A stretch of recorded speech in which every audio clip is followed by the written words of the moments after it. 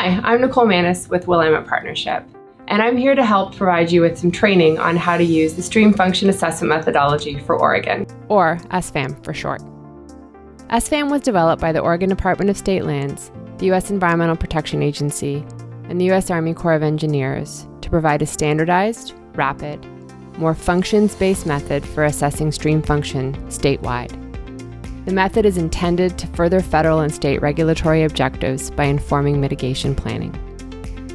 This video will introduce you to SFAM, provide some information about how and why it was developed, and give you an overview on how it works. This is part 1 of a 3-part series on SFAM. Part 2 describes the different elements that make up the office component of an SFAM assessment, and Part 3 provides detailed instructions on how to complete the office component of SFAM. Note that these videos provide information about the office component of SFAM only. You should contact the Department of State Lands for information on how to get trained on the field component of SFAM. There are 3 main objectives for this training video series.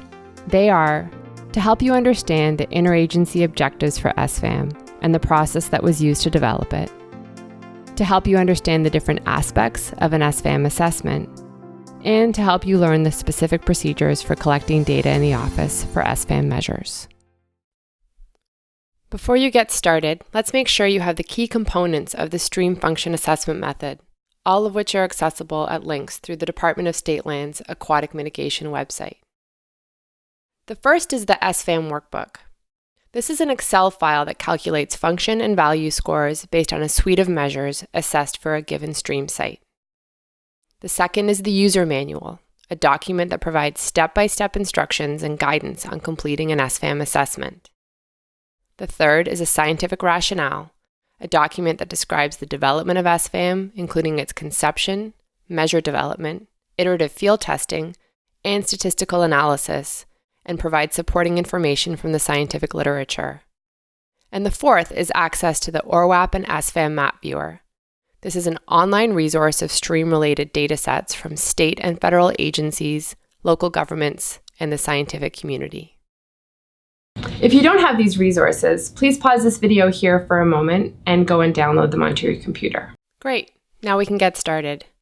This training video covers 4 topics: the regulatory context driving the development of SFAM, the history of how SFAM was developed, a look inside the SFAM tool, and how SFAM produces scores of stream functions and values. In 2008, the U.S. Environmental Protection Agency and the U.S. Army Corps of Engineers promulgated the Compensatory Mitigation Final Rule.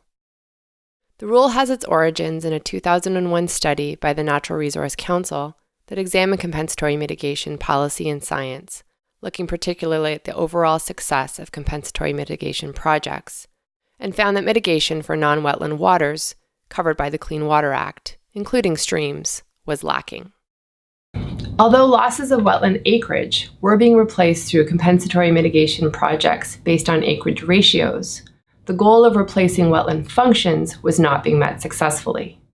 There are a few reasons that compensatory mitigation for non-wetland waters is inconsistent. The first is the lack of a common language. People see and interpret things differently and provide information on what they feel is important.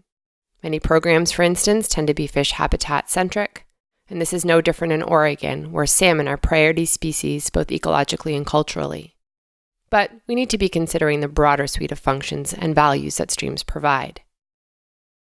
The second is that it's difficult to understand the effects of stream projects.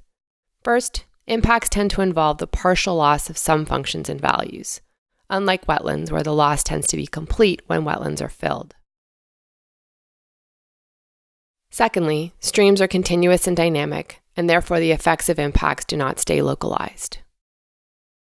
Finally, it can be difficult to determine compensatory mitigation requirements for streams. We're often trying to decide if the loss from one type of impact can be compensated with something quite different. For example, how do you compare the loss from a 100-foot bank stabilization to gains from a half-mile of large wood placement project?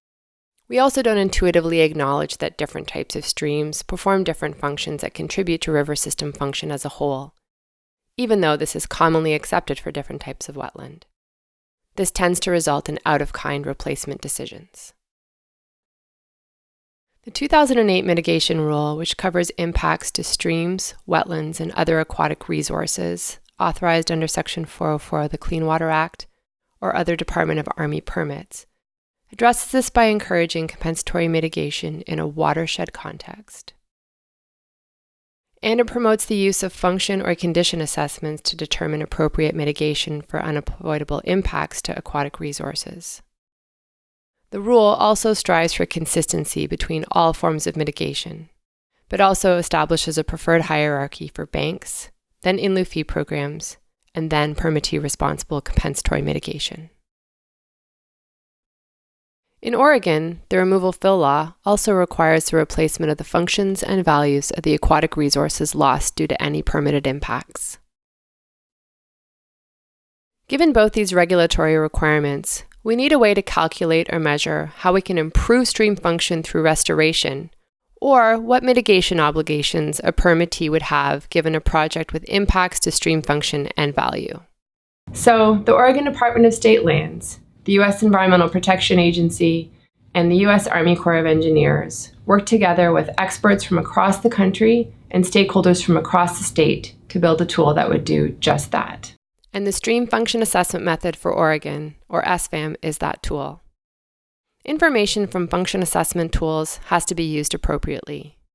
These are rapid assessment methods that have limits on how well they can evaluate the effects of removal fill actions. Policies and protocols for how we use the information from assessment needs to be flexible enough to allow for best professional judgment, including aquatic resources that are distinct and not covered by a statewide assessment tool. However, there are several ways in which SFAM can improve the mitigation process.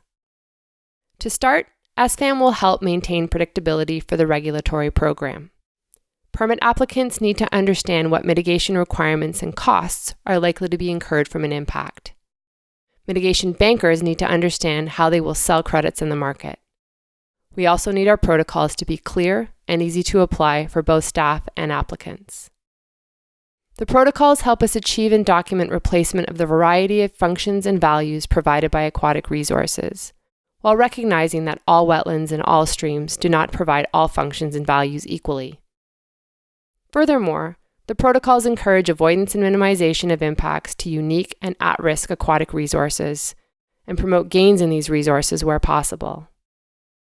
Finally, function assessment tools, including SFAM, assure that consistent and relevant information is collected at project sites, which supports consistent application of program policies and promotes interagency consistency and transparency in mitigation decision-making.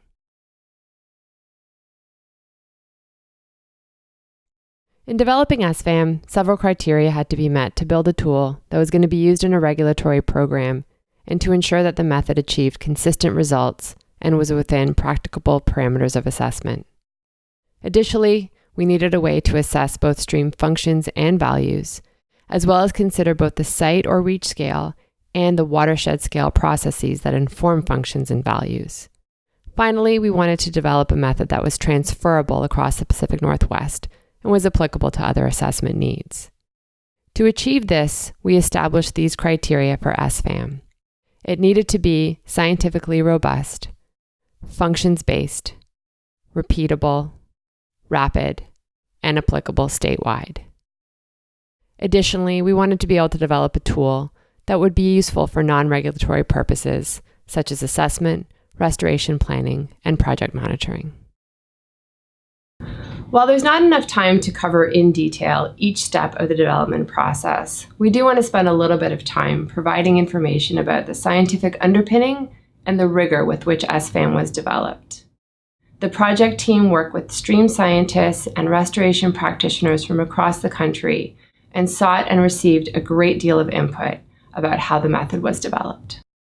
The key phases in the development of SFAM were first to build the initial draft method and then to field test it.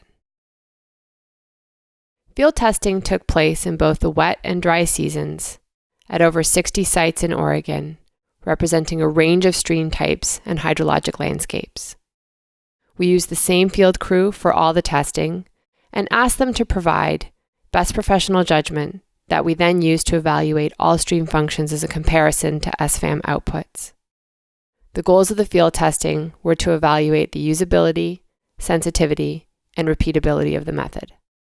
After extensive revision based on that field testing, SFAM was put through targeted peer review and an in-depth analysis of the field data to evaluate the tool's performance. Based on the results from all this revision, SFAM was put through another round of extensive revision. This included statistical analysis using field data to test for and improve the accuracy of the models that drive SFAM scoring, as well as the development of standard performance indices. The final draft method then underwent pilot application and a final review before its release in 2018. So what does SFAM look like and how does it work? We're going to take a look inside. As we described earlier, SFAM is designed to measure both the functions and values of streams. The measurement of function is science-based and objective. It's based on the physical, chemical, biological, and geomorphological characteristics of streams. On the other hand, the measurement of value is contextual. It's driven by the geographic location of the site, where it is within the watershed, and can change based on society's priorities. For example, the value of a stream reach for anadromous fish would be lower if it were upstream of a fish passage barrier than if it were downstream of that barrier. The stream does not have the opportunity to provide habitat to anadromous fish because of that barrier.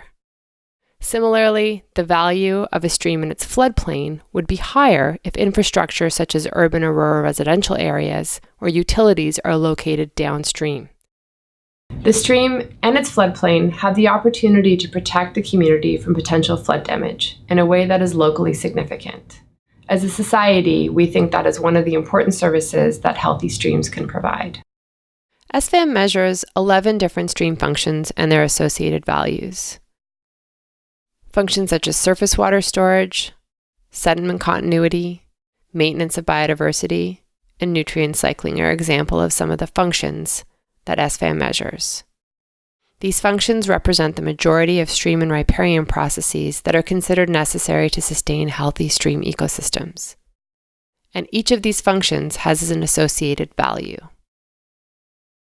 The functions and values are categorized within 4 functional groups: hydrologic, geomorphic, biologic, and water quality functions. Functions are difficult to measure or quantify directly. Measuring flow variation or surface water transfer is not something that can be done rapidly. Therefore, we use measures that evaluate specific features that are characteristic of or inherent to a function and indicate the extent to which a particular function is active. Measures are variables that can be quantified directly. In a sense, these measures are proxies for function. When selecting these measures, we identified the criteria of what would make a good measure.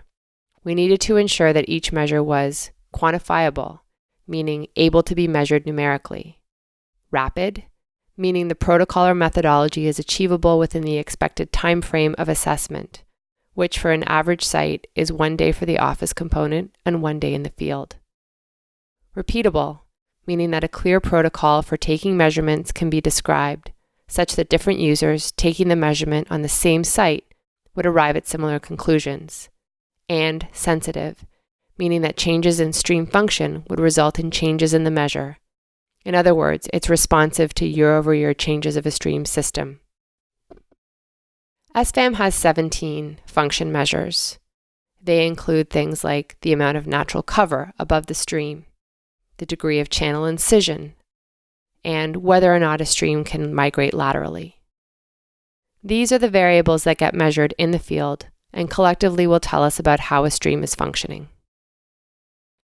Measures are designed to provide a direct measurement of function to the extent possible.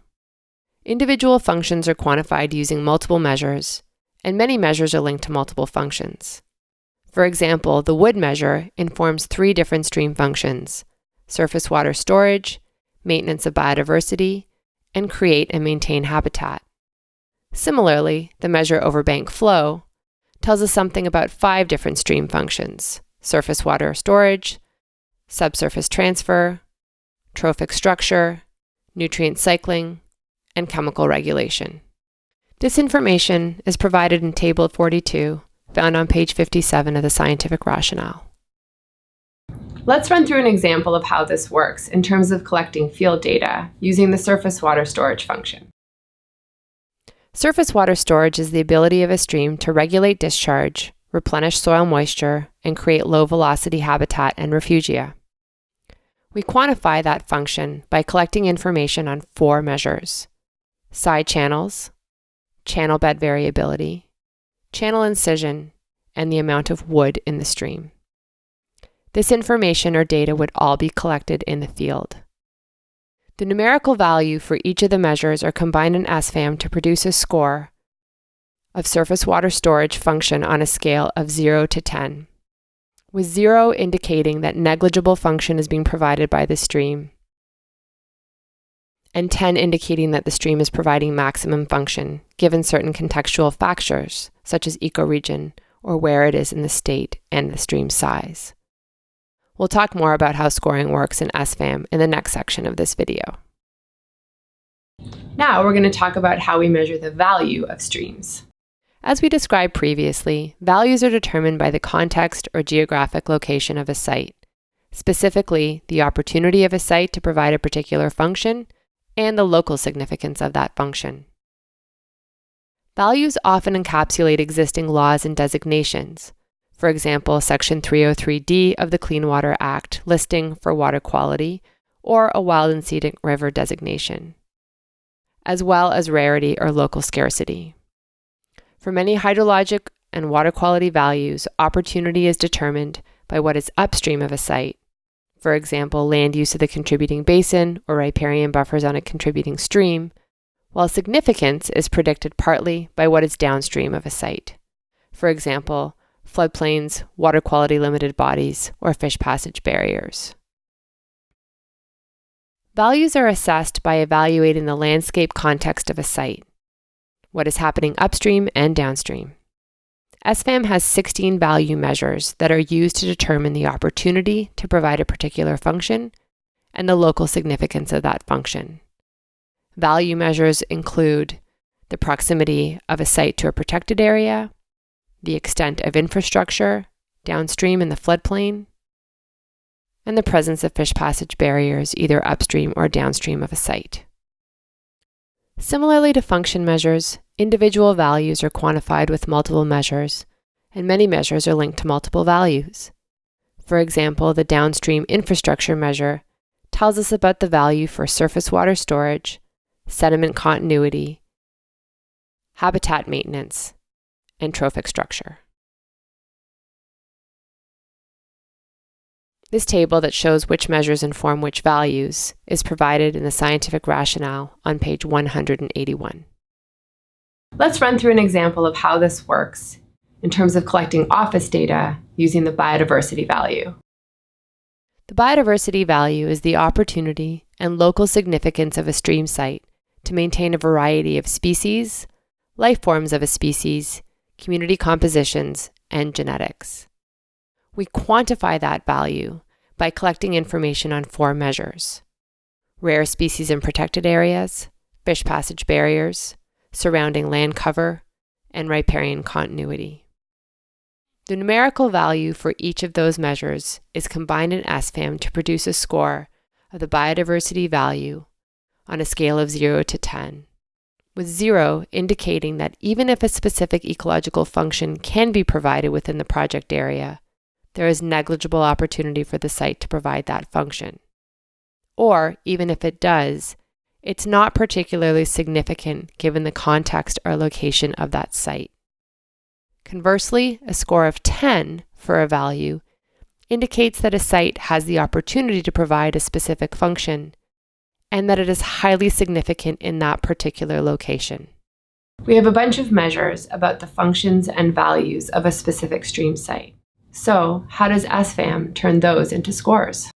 The numerical values of various function measures come in a number of different forms or metrics. Some are percentages, some are ratios, and some are absolute values. To translate those into a common index or scores between 0 and 1 that can then be compared to each other, SFAM uses what we call standard performance indices. A standard performance index represents a range of expected performance for a function measure. Note that this approach is specific to function measures only. The score for a value measure is determined based on how it contributes to either the opportunity to provide a particular function or the local significance of that function based on current scientific understanding. So, there isn't a need to translate the outputs of value measures to a common index. To develop these standard performance indices, SFAM developers went through 3 steps. The first step was to set a standard index scale of 0 to 1, and then define thresholds for what is considered to be low, moderate, and high function for measures. To do this, we identified standard breakpoints on the y-axis to define the range of low function as 0 to less than 0.3, moderate function as 0.3 to 0.7, and high function as greater than 0.7 to 1. The second step was to determine which metric value should correspond with the thresholds for low, moderate, and high function identified in step 1. That information came from several places. The preferred source was from substantial scientific literature that connects metrics to ecological function and describes thresholds between different levels of function. In the absence of literature, we looked for large data sets and known reference site data, for example, the EPA's NARS dataset, that could be used to connect measures to expected ecological function. And in the absence of substantial literature, or in the abundance of raw data, we relied on current scientific understanding and/or best professional judgment of how metrics relate to function. All of this is explained in detail and documented in the scientific rationale. The third step was to use the relationship between the breakpoints and what we know about how these functions are expressed to create models. These models describe the rate of return of functions given increases or decreases in the field metric value. Once we connect these all together, we have a curve that can determine exactly what kind of function we can expect given a specified field value of a metric. The use of linear or continuous models allows the measure score to reflect incremental changes in what is being measured in the field. So this is an example of a performance curve for the side channels measure. It shows the standard breakpoints at 0.3 and 0.7 and the lines connecting them. These are models that were developed based on these relationships. And now you can see how for each possible answer option for side channel in the field, we have a way to determine what degree of functionality that gives us. In addition, some of these performance curves were stratified. Stratification acknowledges that a metric value that indicates high function in one place might be low or moderate in another place. For example, 20% cover of trees might be considered moderate function in Western Oregon, whereas in Eastern Oregon, it might be considered high function. Stratification was based on a similar review of data and scientific literature that provided the evidence to support stratified performance indices. Numerous factors upon which functional expectations of streams might differ included ecoregion and stream size. In all, we found evidence to support stratification of 3 of 16 function measures. Again, all of this information is very well documented in the scientific rationale. The formulas for each function and value combine information and data about each of the measures and weight them in such a way as to reflect our best understanding about how stream systems work. The formulas are found on the Subscores tab of the Excel workbook. You can click on any of the function or value names and see what they are and how each measure is weighted within each formula. So for example, the surface water storage formula shows that the score is the result of combining information about the side channels, channel bed variability, overbank flow, floodplain exclusion, as well as incision and wood. Note that some measures are weighted more heavily than others within the formulas. Now SFAM takes all of this information and turns it into a score for each specific function and value. Scores can have numerical values between 0 and 10. For ecological function, 0 means that negligible function is being provided by a stream, and 10 means that the stream is providing maximum function given certain contextual factors, for example, ecoregion or stream size. For the value, 0 means that there is none to very low opportunity for a site to provide a specific ecological function, and even if it did, the specific function would not be of particular significance given the context of the site. Whereas 10 means that the site has an excellent opportunity to provide a specific function, and it would be highly significant in that particular location.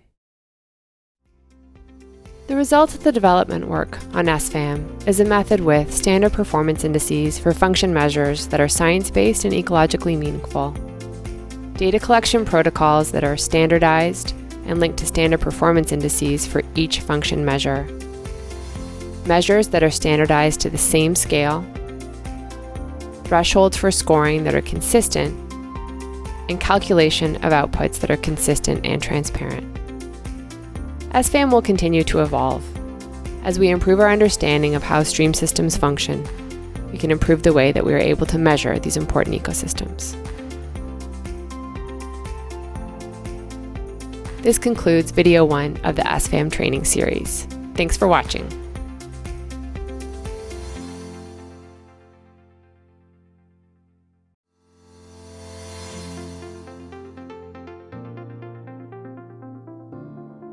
Welcome to part 2 of the training video for the Office component of SFAM. This video has been developed to introduce the Office component of SFAM, provide guidance on how to use the online ORWAP and SFAM Map Viewer tool, provide instructions on collecting data for value measures, and understand what kind of advanced work is needed before going into the field. Note that this is the second of a 3-part series on SFAM. The first video provides a brief overview of SFAM, how and why it was developed, and information on its inner workings such as how it measures and then generates scores of stream function and value. The third video provides detailed instructions on the specific procedures for collecting data for the Office component of SFAM. Before starting the Office component of SFAM, you should have the following resources at your workspace: the SFAM Workbook, the SFAM User Manual, the Scientific Rationale document, and access to the online ORWAP and SFAM Map Viewer. All of these can be found at Department of State Lands Aquatic Resource Mitigation webpage. If you don't have these resources, please pause this video here and take a minute to go and download them. This video will cover instruction on 4 topics: the definition of SFAM assessment areas and how to make project maps, how to create an SFAM report, how to create a stream stats report, and how to enter data into the SFAM workbook. Okay, let's get started. The Office component of an SFAM assessment uses information available from online resources, reports, and maps about the site being assessed, and about information from the area surrounding in the watershed to generate scores about the values or services being provided by that site. In addition, it provides some advanced information about the function measures that you'll collect in the field component of the SFAM assessment. There are 3 main steps in completing an SFAM assessment. Step 1 is to conduct the Office component. Step 2 is to conduct the field component. And Step 3 is to input data and analyze the results. This video is focused on Step 1, conducting the Office component. The Office component itself consists of 4 main tasks that we'll run through together. First, we'll create a series of maps that contain information about the project site where an SFAM assessment is being conducted. Second, we'll generate 2 technical reports about the site, an SFAM report and a stream stats report. These reports are generated through the ORWAP and SFAM Map Viewer. Third, we'll answer questions about the SFAM value measures using information about the site that's collected through the Map Viewer and from the technical reports. Lastly, we'll collect information about the site that will be helpful to you when you visit the site for the field component. We highly recommend doing the work in the order that we've just described. We're now going to demonstrate how to complete all these tasks. We recommend either watching this video all the way through and then restarting here, or pausing the video as you try each of these tasks on your own. Remember, the SFAM user manual provides detailed instruction on completing all of these tasks and will be an important reference for you whenever you use SFAM. Note that it may take 3 to 4 hours to complete the Office component of an SFAM assessment initially, but once you get the hang of it, you'll probably be able to complete it from start to finish in about 2 hours. In order to complete the Office component of an SFAM assessment, we need a real site to collect data from. We're going to use Pringle Creek in Western Oregon as the assessment site for this demonstration. Pringle Creek is located in Salem, Oregon. It's a perennial stream in a fairly urbanized area, and it's within the 100-year floodplain. I've noted the latitude and longitude for this site. We'll need to use that later. You can use this same site, or you can choose any site in Oregon that you'd like in order to practice the task and techniques associated with the Office component. To start the Office component, we need to access the Map Viewer. The Map Viewer was developed by the Institute for Natural Resources, Oregon Department of State Lands, and the United States Environmental Protection Agency, and is hosted on the Oregon Explorer website. You can access this by entering Oregon Explorer in your search bar or entering the URL for the web page.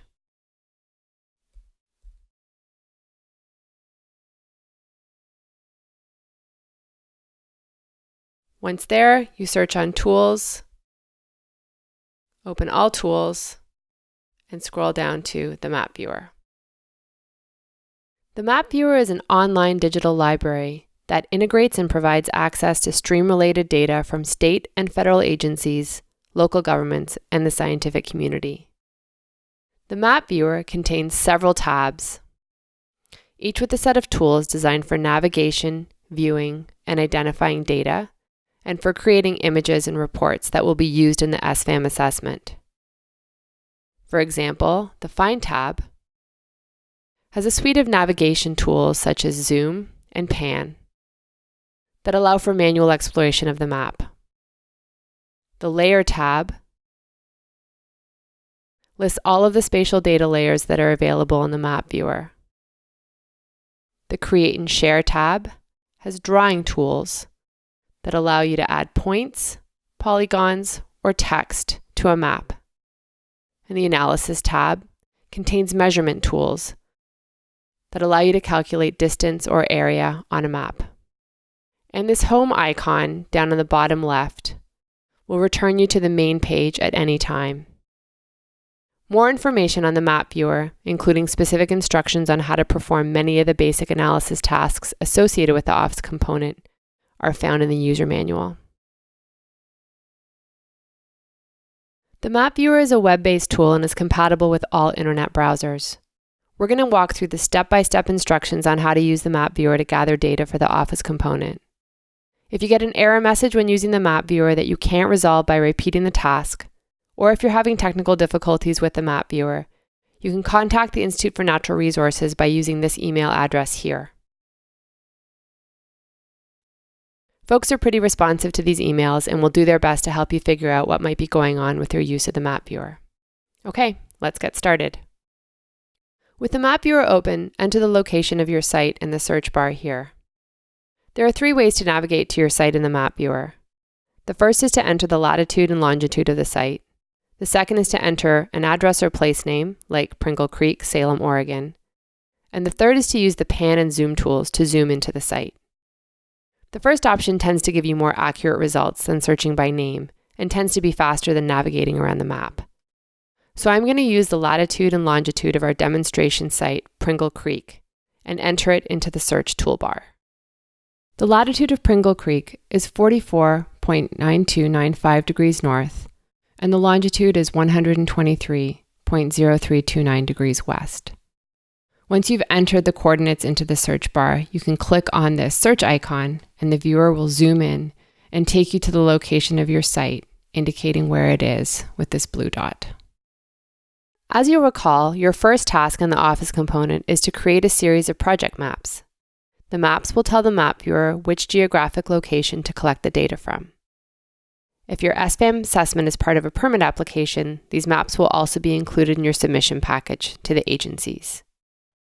We're going to learn how to create a map showing the 3 different assessment areas that are part of SFAM: the project area, the proximal assessment area, and the extended assessment area.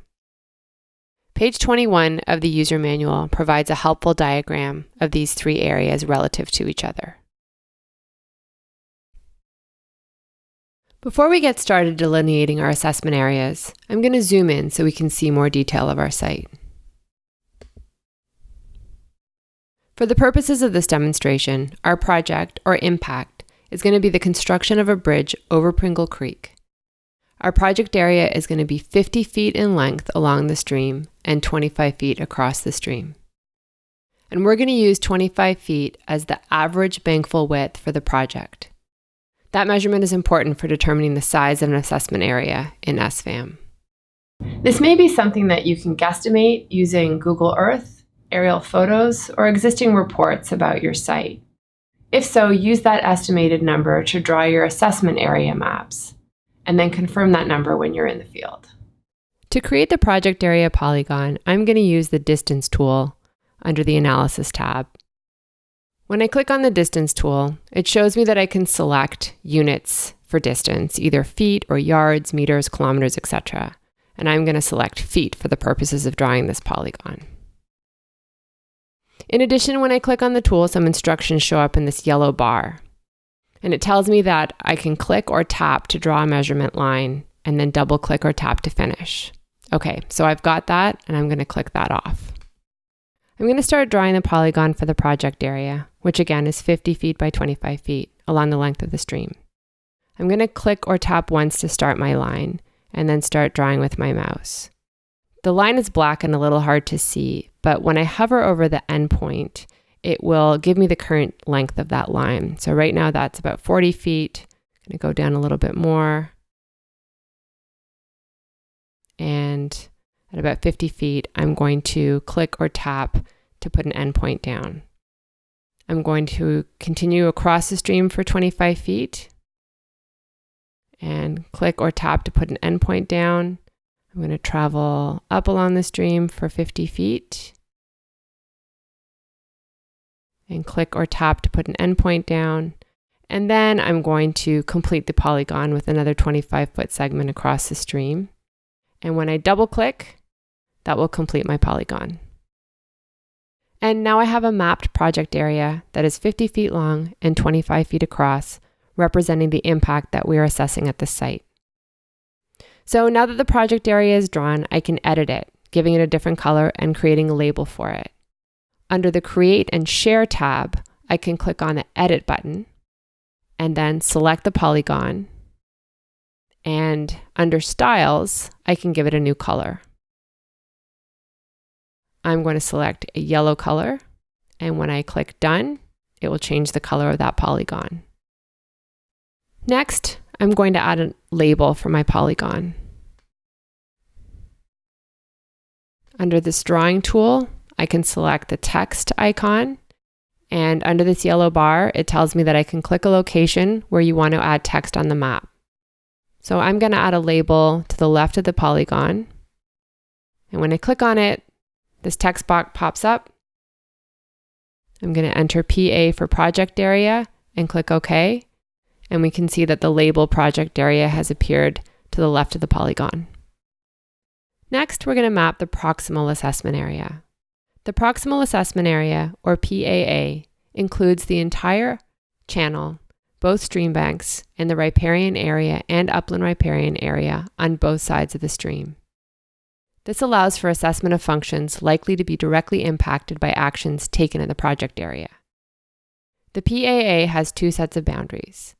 The longitudinal boundaries are the same as the upstream and downstream extent of the project area. The lateral boundaries extend from bankful edge a distance of 2 times bankful width, or 50 feet, whichever is greater. Here, the average bankful width for the project area is 25 feet. And 2 times 25 feet is 50 feet. And so that's the distance we'll use to determine how far from bankful edge to place the lateral boundary of the proximal assessment area. To draw the PAA, I'm going to use the distance tool on the Analysis tab. Since the longitudinal boundaries of the PAA are the same as the PA, I'm going to place a point along the longitudinal boundary of the PA and go out 50 feet. Again, 2 times bankful width.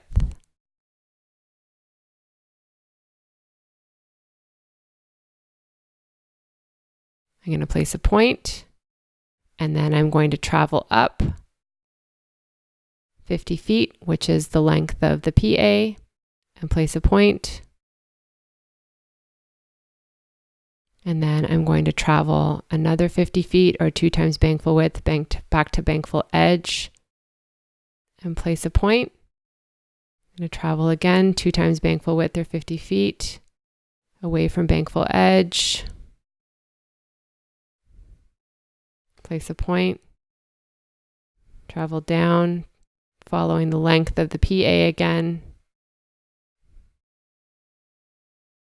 and place a point, and then that should line me up with this longitudinal boundary.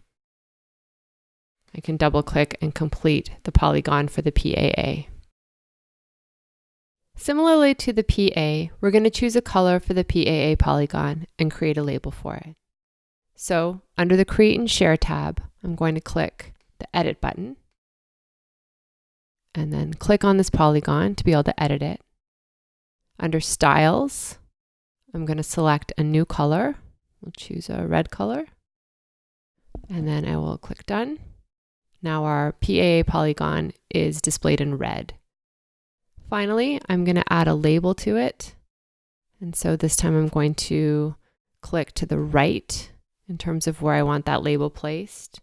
I'm going to add PAA in the text box, click OK, and now we have the PAA and the PA displayed on the screen.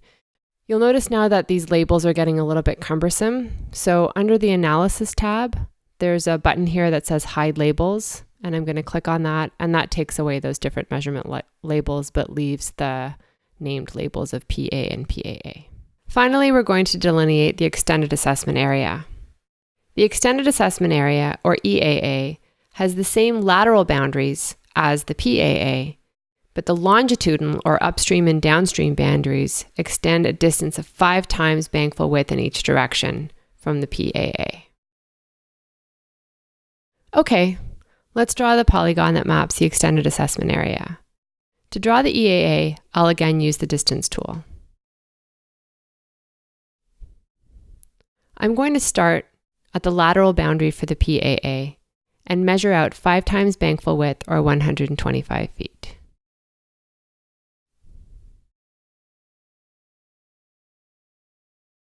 I'm going to place a point and then travel 2 times bankful width back to bankful edge, and then another 2 times bankful width, which would be a total length of 100 feet. To map the longitudinal boundary of the EAA, and that should line up with the lateral boundary of the EAA. I'm going to place a point and then travel 120 feet, or 5 times bankful width, and then the full length of the PA or in the PAA, which is 50 feet, and then another 125 feet, or another 5 times bankful width away from the other longitudinal boundary of the PAA, for a total of 300 feet. I'm going to place a point and then travel 2 times bankful width, 50 feet, and another 2 times bankful width away from bankful edge for a total length of 100 feet. Place a point, and now I've mapped the other longitudinal boundary of my EAA. And now by traveling up 125 feet to meet the PAA, and another 50 feet of the PAA, and when I double click, I will have demarcated the Extended Assessment Area. We can leave the polygon blue and add a label of EAA, by using the text tool under Create and Share. I'm going to add a label right here.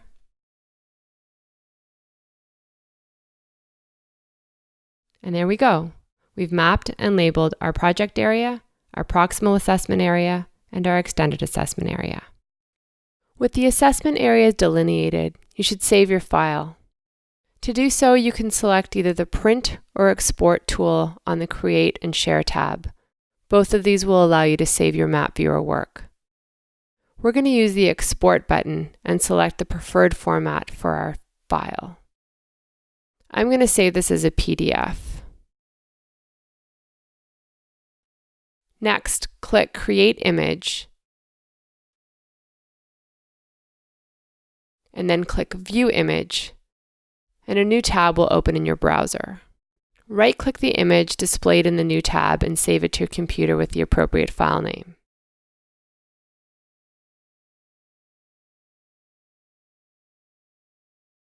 I'm going to call this the Assessment Area Maps Pringle.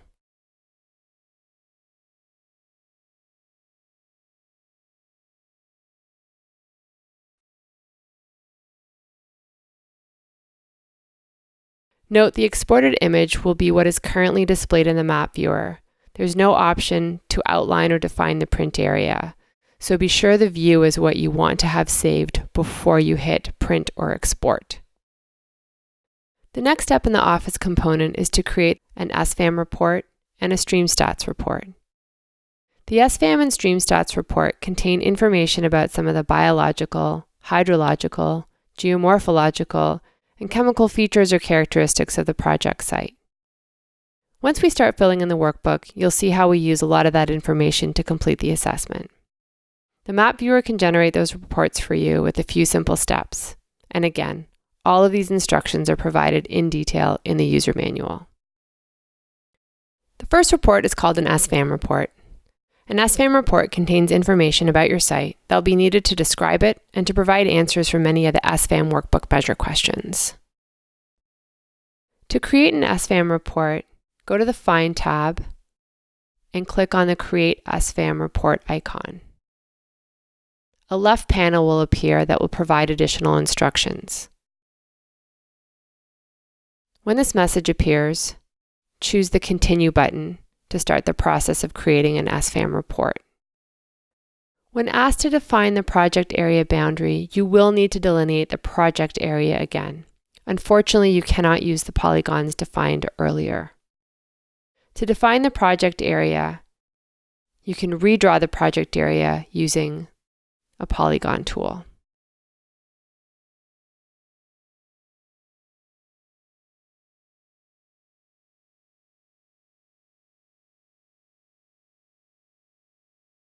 So I'm simply tracing over the project area. Once I've finished outlining the polygon, I hit Continue. And now the map viewer will gather report data for the area that we've defined as the project area. This may take a moment or two. Once the report is complete, you can download it to your computer's hard drive.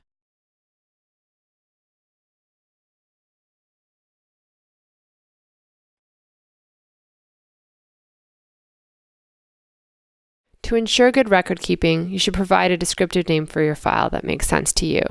I'm going to call this the SFAM report for Pringle Creek.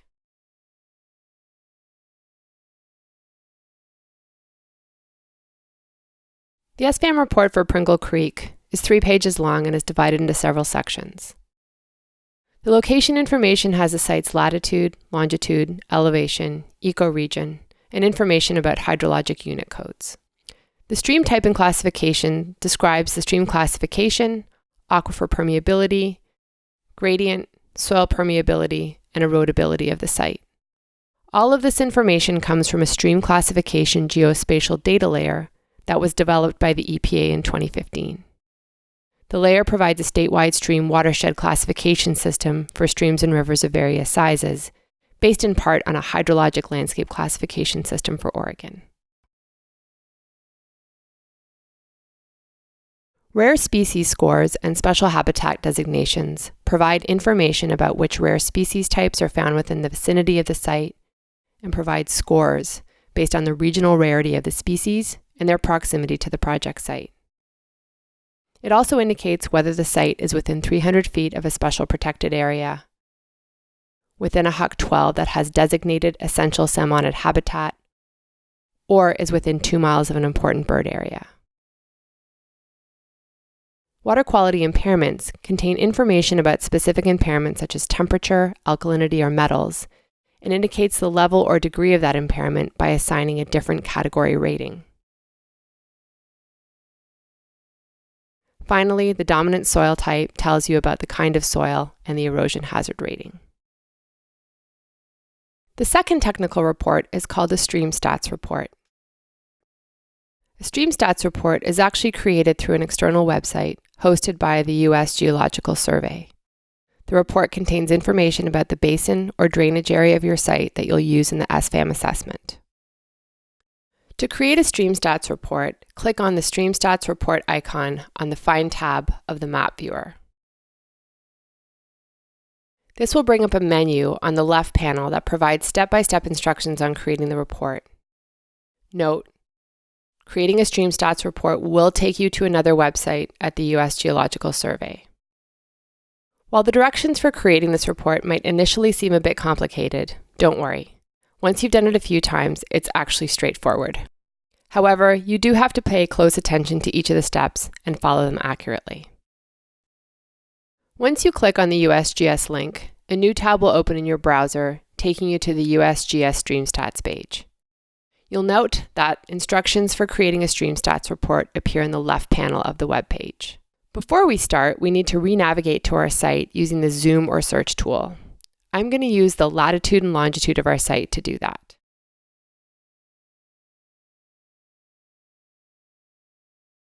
Great, and now you'll see that the Stream Stats tool has taken us directly to our project location at Pringle Creek.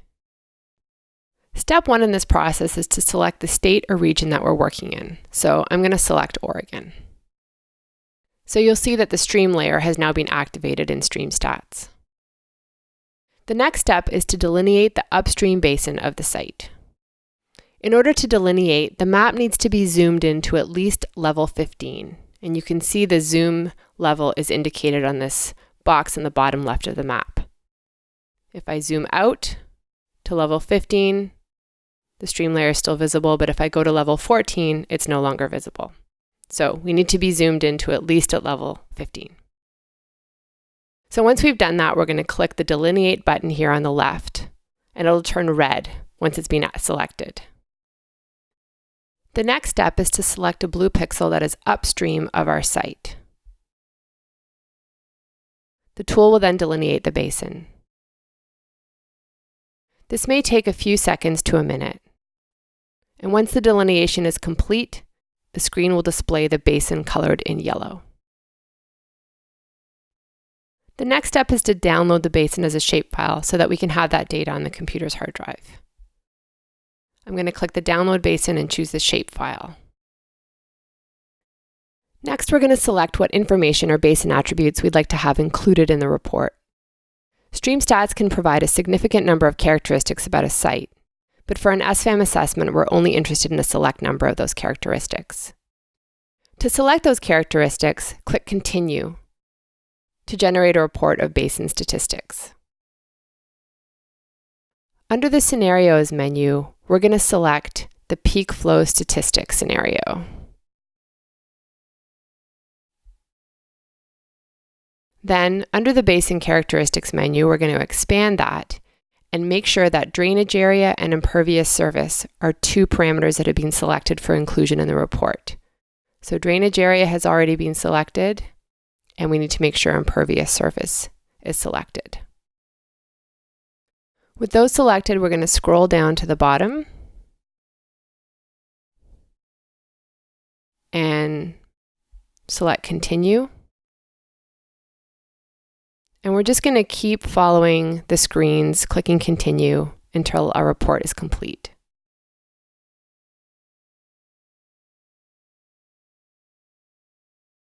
And there we go. So once a report is complete, we can add any comments here if we'd like, and then we can download it and save it to the computer's hard drive. Now let's take a look at what's in this report. The report is 4 pages long. The cover page has some summary information about the query and shows the contributing basin for our project site. The second and third pages list values for the specific basin, parameters, or characteristics, including size of the drainage area. Now that we have our site map and 2 technical reports, we're ready to start using the SFAM workbook and entering data for the assessment. From your computer, open the Excel file and resave it with the name of your site and any other details that might be helpful for record keeping. I'm going to call this the SFAM workbook Pringle.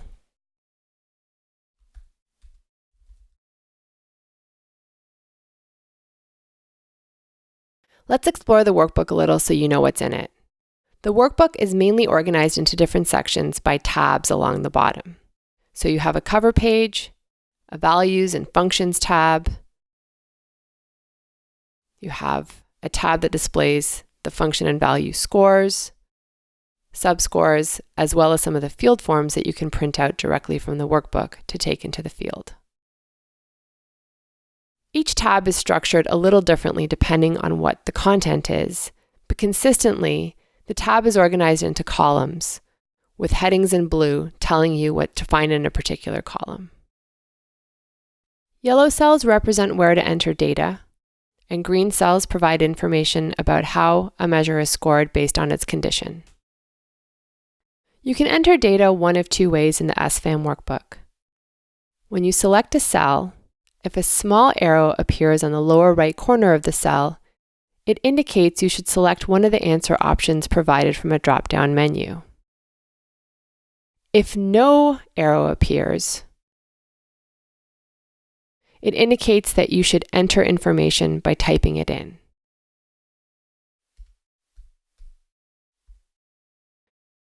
Now we're going to start entering data into the SFAM workbook to show you how this works. First, enter information about the name and the location and the elevation of the assessment site, as well as information about the data collection, including the date and the name of the data collector.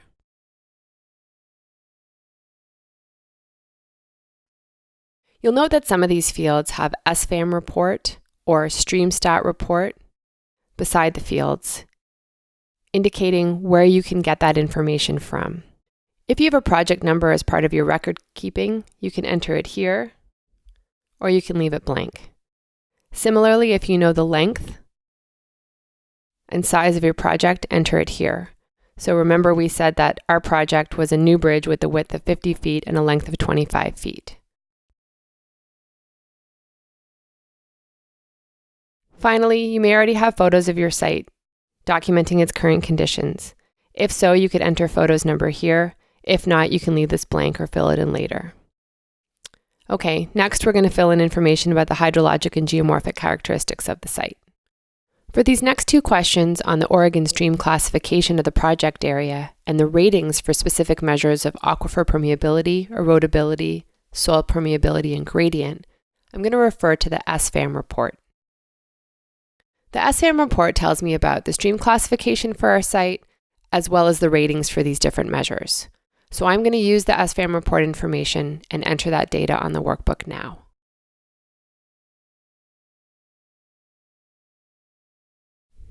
The flow duration of the stream, whether the channel is perennial, intermittent, or ephemeral, can be determined from the NHD flow line layer in the map viewer. I know that this stream is perennial, and so I'm going to select that from the drop-down menu. Note, if there is no NHD information on the stream you're working on, you can use other sources of information, such as local knowledge of the stream, or apply the Stream Flow Duration Assessment Method, or SDAM, developed specifically for the purpose of determining flow duration. My SFAM report will tell me what Level 3 EPA ecoregion the site is located in, and so once again, I'll select the answer from the drop-down menu. Now we need to determine if the average width of the stream is less than or greater than 50 feet. This is important as SFAM stratifies some measures based on stream width. we know that it is less than or equal to 50 feet. Now we need to enter the 2-year peak flow and the size of the drainage area. Both of these come from the stream stats report, and so I'll refer to that report and then enter the values here. The drainage area is found on page 2. Its value is 10.5 square miles. And information about the peak flow statistics are found on page 3. The 2-year peak flow is 229 cubic feet per second. So we'll enter those values into the SFAM workbook.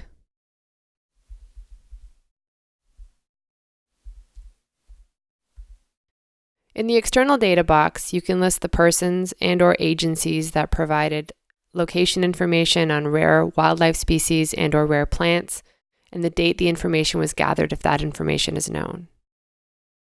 In the project area history box, you can describe the years and extent of past and present management actions, natural disturbances such as fire, insect infestations, and human-associated disturbances.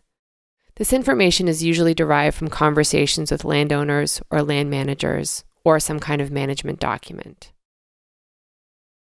Finally, the assessment notes box is a place where you can note any special features of the reach or landscape, any problems with scoring or other information that may be relevant to the assessment. Note that this information usually comes from the field component of the assessment or while you're evaluating the scores that have come from entering all the data. Once you've completed the cover page, you're ready to move on to the values section of the assessment, which can be found on the second tab of the workbook. This concludes our overview of the office component of SFAM. You should now have an understanding of the different elements that make up the office component, how to use and navigate the map viewer, as well as how to create project maps and SFAM and stream stats reports. Remember, the SFAM user manual contains all of this information and should be a very helpful resource for anyone completing an SFAM assessment. This concludes our second video on the stream function assessment methodology for Oregon. Next up in the series is video 3 that provides instructions on collecting data for SFAM values. Thanks for watching.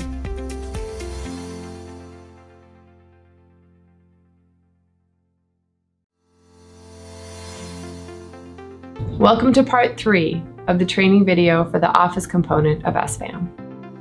This video has been developed to provide instruction to user of the stream function assessment method on how to complete the office component of the method. In this video, we'll focus on collecting data that inform the value measures of SFAM and determine key information that will help you prepare for collecting data on some of the function measures when you're out in the field. Note that this is the third of a 3-part series on SFAM. The first video provides an overview of SFAM, how and why it was developed, and information on its inner workings, such as how it generates scores of stream function and value. The second video provides instructions on the specific procedures for using the online map viewer tool that will help you collect data in the office for SFAM value measures and some field measures. As described earlier, there are 3 main steps in completing an SFAM assessment. Step 1 is to conduct the office component. Step 2 is to conduct the field component, and Step 3 is to input the data and analyze results. This video is focused on the office component, specifically on collecting data for the value measures. The objectives for this video are to understand the different techniques or protocols for collecting data using technical reports in the map viewer, and to understand the different outputs and scores that are generated from an SFAM assessment. Before starting the office component, you should have the following resources at your workspace: the SFAM workbook, the SFAM user manual, the scientific rationale, and access to the ORWAP and SFAM map viewer online. All of these resources can be found at Department of State Lands Aquatic Resources Mitigation webpage. Once you have the documents, workbook, and website on your computer, you'll be ready to start. We're going to continue using the workbook file we started in video 2 for Pringle Creek. All of our work is going to be on the Values tab of the workbook. The Values tab is structured with measure questions in bold and underlined, some explanatory text or instruction on how to get the information about the measure, a list of values that the measure informs, and then yellow cells in which to enter or select the answer option, and green cells that will display the value score after the data is entered or selected. We're now going to work through collecting data for each of the value measures. The process will include reading through the measure question on the Excel workbook, consulting the SFAM user manual for specific instructions, and then either consulting the SFAM or StreamStats reports or doing some work on the map viewer to get the information needed to answer the question. Once we have our answer, we'll enter that into the SFAM workbook. There are 4 main ways to collect data for the value measures. One is to get information from the SFAM report for the site. The second is to get information from the StreamStats report for the site. The third is to load one of the geospatial data layers in the map viewer and to analyze conditions either 2 miles upstream or 2 miles downstream from the site. And the fourth is to answer questions by doing a visual analysis of conditions displayed by one of the geospatial data layers in the map viewer. The user manual organizes data collection instructions on each of the value measures using these 4 approaches. The first series of value measure questions about rare species occurrence and special habitat designations, water quality impairment, and protected areas are all answered using information found on the SFAM report that was generated for the site. I'm going to demonstrate how to answer the value measure question on rare species, and that should provide you with an understanding on how to answer the other 2. So for rare species, the question reads, are there rare species or special habitat in the vicinity of the project area? Underneath the question, there is detail about what information we're looking for, including the fact that you can answer this question by referencing the SFAM report you generated earlier. This measure is broken down into a series of submeasures about species and habitat designations for essential salmonid habitat, rare non-anadromous fish species, important bird areas, rare invertebrate or plant species, and so on. So we'll need to answer questions for each of these submeasures. The first submeasure about essential salmonid habitat or rare non-anadromous fish species asks if the project area is within a HUC 12 that is designated ESH. We need to select yes or no. So we're going to pull up our SFAM report for Pringle Creek and scroll to that section. Pringle Creek is within a HUC 12 that is designated ESH. So I click on the yellow cell and see that there's a drop-down menu, and I select yes from the answer options. You'll notice that a measure score or submeasure score has appeared in this green cell to the right. Next, we need to provide information about the level of the non-anadromous fish score. So once again, we're going to consult our SFAM report. And we find out that the score or rating is considered intermediate. So we click on the yellow cell and select intermediate from the answer options.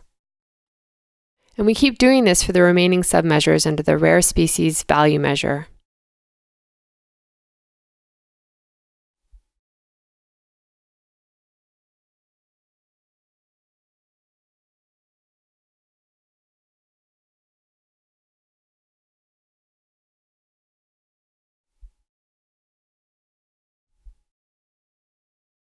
You'll follow a similar approach for providing answers to the water quality and to the protected area value measure questions. The value measure question about impervious area reads, what is the percent impervious area in the drainage basin? And it indicates that you can get this information from the site's StreamStats report. Similarly to the approach of using an SFAM report to answer value measure questions, we can also use the StreamStats report as a source of data about value measures. The answer for percent impervious can be found on page 2 of the StreamStats report. It says here that the percentage of impervious area is 36.6%. The answer options for this value measure are provided in ranges of percent impervious of less than 10%, between 10 and 25%, between 25 and 60%, and greater than 60%. So we're going to choose answer option C. The next series of value measure questions are based on analyses of conditions that are within 2 miles upstream or downstream from our site. We'll either use the distance tool on the map viewer to measure that 2-mile distance, or we can use the 2-mile radius circle tool, which automatically creates a circle with a 2-mile radius to help us define our area analysis for some of these questions. When we consult the user manual, we can read the directions that say, use aerial imagery and the flow line layer under the National Hydrology Dataset group to visually estimate the percentage of intact riparian area along all contributing flow lines within 2 miles upstream of the project area boundary. In order to make this determination, we need to define the distance that is 2 miles upstream from the project, and we're going to use the map viewer to do this. On the map viewer, you'll need to zoom out a little to ensure that you can see approximately 2 miles upstream from your site. On the lower left here, we have a scale showing a 300-foot distance. You could use that to estimate how far 2 miles is upstream. Or on the Find tab, you can use the 2-mile circle tool to delineate a 2-mile radius circle from the center of your site. Click the tool, and I'm going to click that. The map viewer will delineate a 2-mile circle centered on your site. And so now you can much more easily see how far 2 miles is to do your analysis. So now we're going to do an analysis of intact riparian area 2 miles upstream from the project area. If you don't know which way the stream is flowing, you can determine that by going into the flow layer and selecting the flow line sublayer. So now that we've determined what the 2-mile extent upstream for Pringle Creek is, we can zoom in and do our analysis of intact riparian area. Remember that the term intact refers to riparian area with forest or otherwise unmanaged or natural perennial cover that is appropriate for the basin and that is at least 15 feet wide on both sides of the channel. So now we'll zoom in a little bit and examine what we find.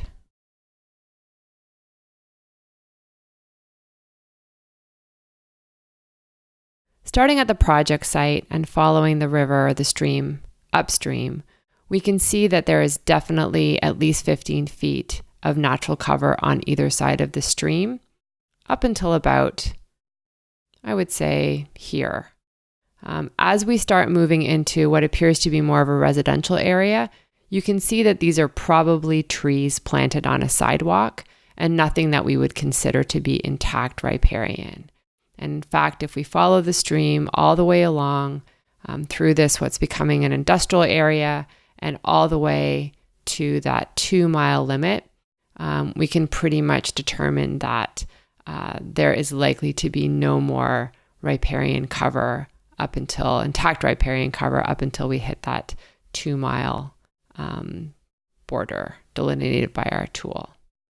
So in fact, given what we see along both sides of the channel on Pringle Creek for that 2-mile extent upstream, it's really just this area in this park or in this vegetated area that we're going to be considering intact riparian. On the workbook, we can see that our answer options are for greater than 50% intact riparian area, between 35 and 50, 15 to 35, or less than 15%. My estimate is that this is less than 15% intact riparian area. And so from the drop-down menu, I'm going to select answer option D. Another value measure that requires doing some analysis of the area downstream of the site is the extent of downstream floodplain infrastructure.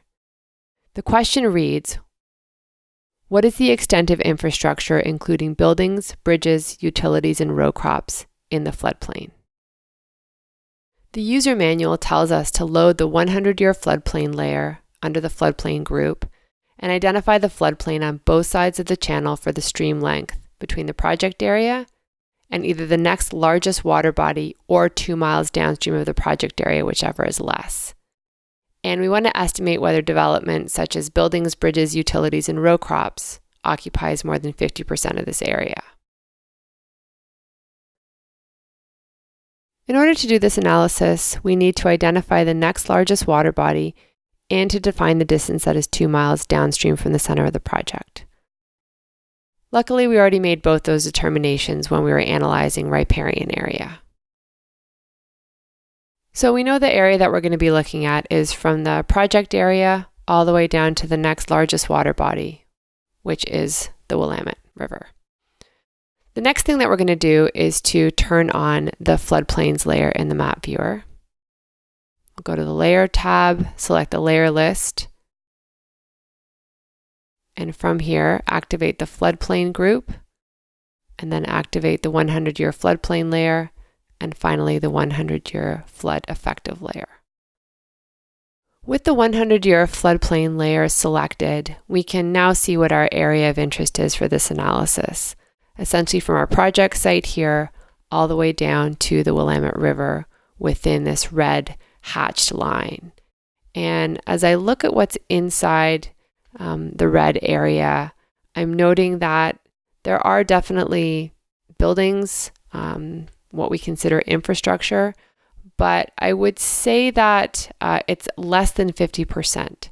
So I'm going to select that for my answer option on our workbook. Our answer options on the SFAM workbook for extensive infrastructure in the floodplain is greater than 50% of total area, 1 to 50%, none, or if not known. And I'm going to select option B from the drop-down menu as being between 1 and 50%. Note, this is a very similar analysis to what is required to assess the zoning, water source, and surrounding land cover value measures, in which you need to visually estimate conditions or classifications within a geospatial data layer, either 2 miles upstream or downstream from the project site. The fish passage value measure assesses whether there are man-made fish passage barriers within 2 miles upstream and or downstream of the project area. A man-made fish passage barrier is any obstacle that limits the movement of native migratory fish as they travel upstream. Examples include dams or culverts that are undersized or improperly placed. The user manual instructs us to load the man-made fish passage barrier data layer under the fish passage barrier in the habitat group and determine whether there are any barriers within 2 miles upstream or downstream of the project area. The first step in evaluating the fish passage value measure is to load the man-made fish passage barriers data layer located under the fish passage barrier in the habitat group. So I'm going to click on the layer tab, select the layer list, and from here, select the habitat group and select the fish passage barriers layer, and within that, select the man-made fish passage barriers. These diamond symbols that have appeared on our map indicate the location of mapped fish passage barriers. We're going to determine whether there are any barriers within 2 miles upstream or downstream of the project area, and the symbology key on the left here will help us determine whether or not the barrier status is passable, unknown, partial, or blocked. So we're going to zoom into our site a little bit and take a look. Downstream, it looks as though there are several fish passage barriers, and based on the symbology, they all have a status of unknown.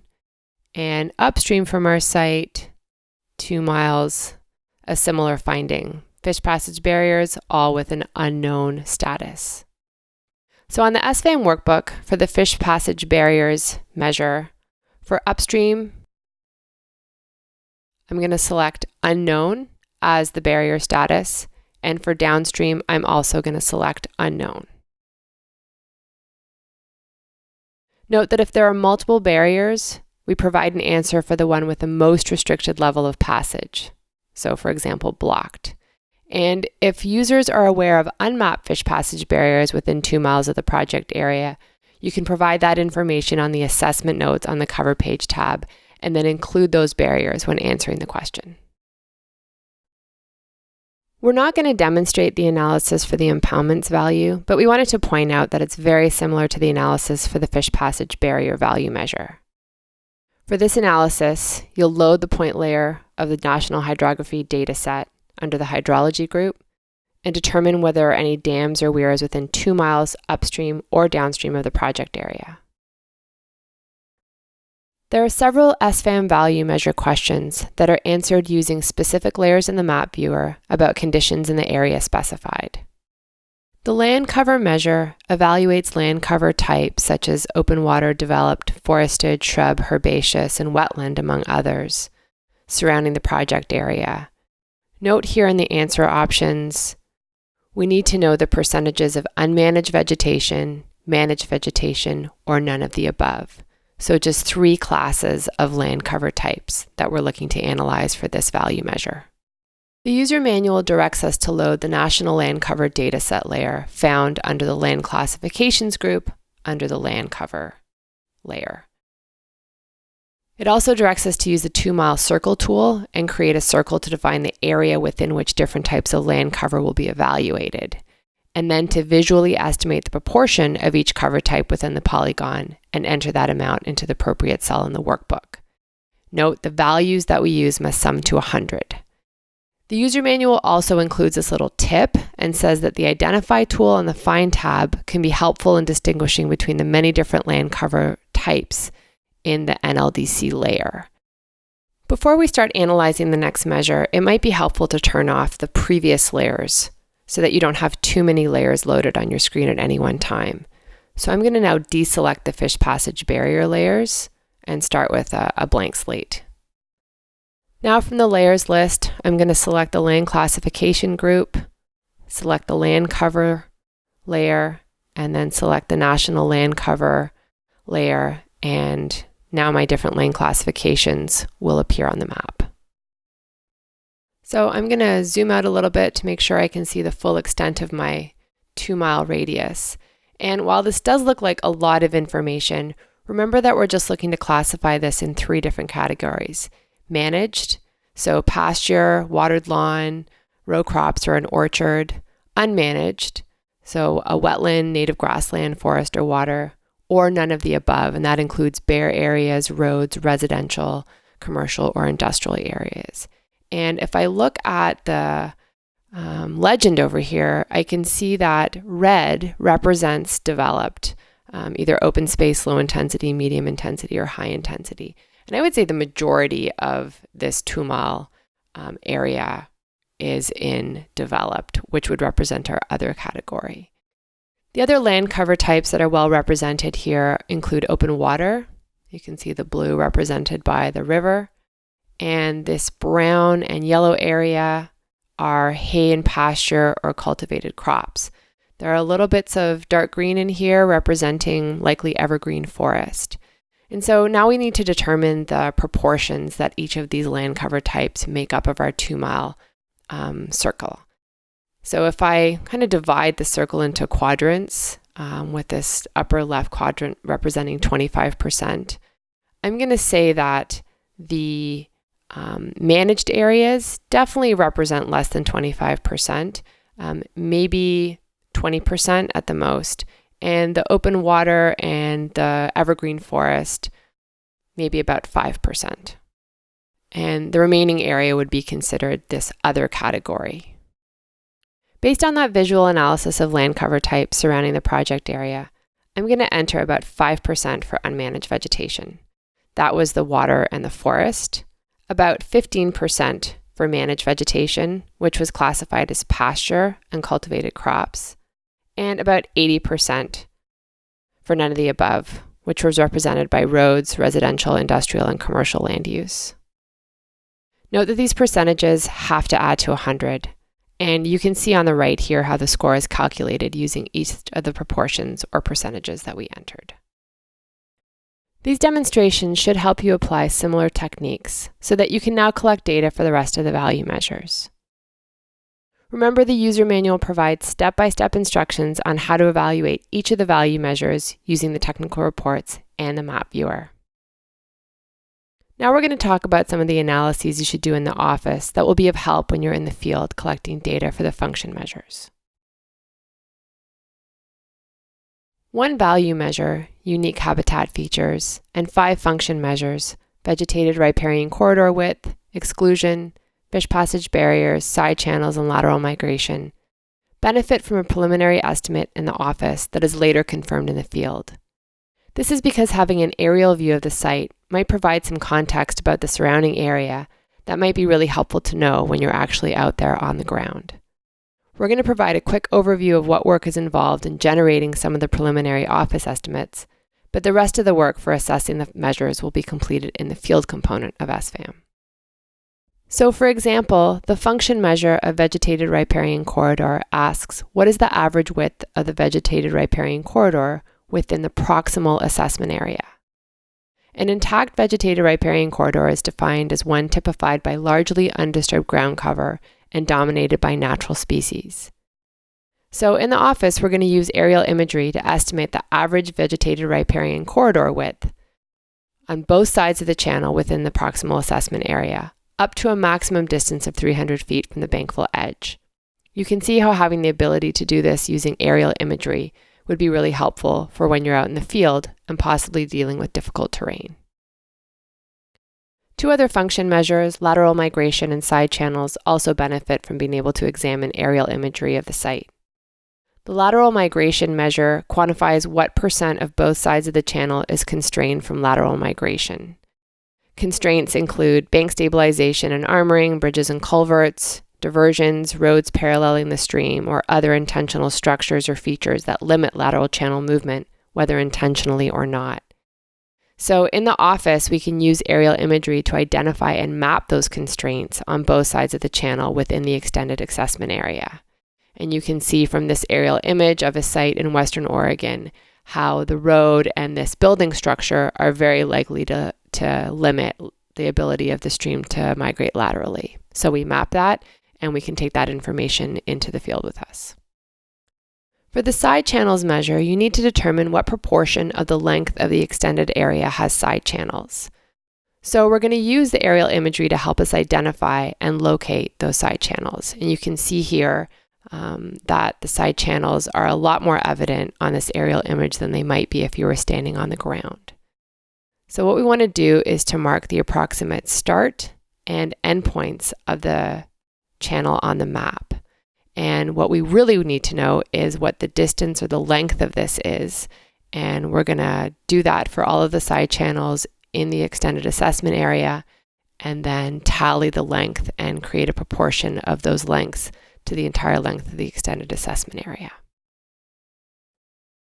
For both these measures, you can see how having this information in advance may help you better interpret or account for what you're finding in the field. Of course, this advanced examination may be hampered if there's heavy tree or vegetation cover over the site. This concludes our instruction on assessing value measures for SFAM. You should now have an understanding of the different techniques or protocols for data collection using the map viewer and technical reports, as well as an understanding of the different outputs and scores generated from a completed SFAM. Remember that the SFAM user manual contains all of this information and should be a very helpful resource for anyone completing an SFAM assessment.